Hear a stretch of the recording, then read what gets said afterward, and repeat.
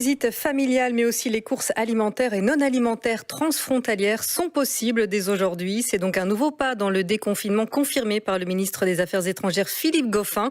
Il précise qu'il n'est pas question par contre d'en profiter pour se rendre dans sa résidence secondaire à l'étranger. L'arrêté ministériel sera publié aujourd'hui.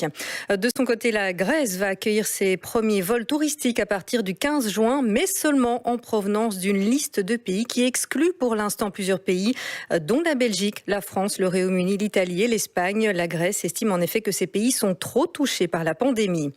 Un conseil des ministres est prévu aujourd'hui. Sur la table, la prolongation des mesures de soutien déjà prises dans le cadre de la pandémie. Le chômage temporaire, le droit passerelle pour les indépendants ou encore le congé parental corona. Une prime unique de 250 € pour les bénéficiaires de l'aide sociale et les personnes porteuses d'un handicap pourrait également être avalisée. La rentrée pour les enfants en maternelle est prévue ce mardi le 2 juin. La CGSP, mais aussi désormais le SLFP et la CSC Enseignement exigent le report de la reprise des cours. Le syndicat socialiste dénonce des décisions non concertées. Un préavis de grève a été déposé. Les syndicats libéral et chrétiens dénoncent également des mesures prises dans la précipitation. Aux États-Unis, les manifestations se sont encore multipliées après la mort lundi de George Floyd, un Afro-Américain, lors de son interpellation musclée à Minneapolis.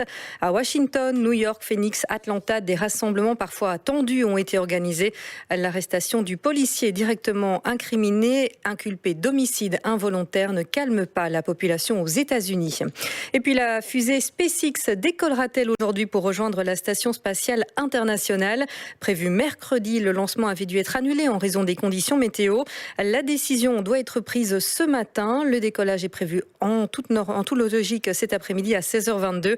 C'est la première fois que les États-Unis confient au secteur privé le transport de ces astronautes et retrouvent en même temps l'accès à l'espace qu'ils avaient perdu en 2011 avec l'arrêt des navettes spatiales.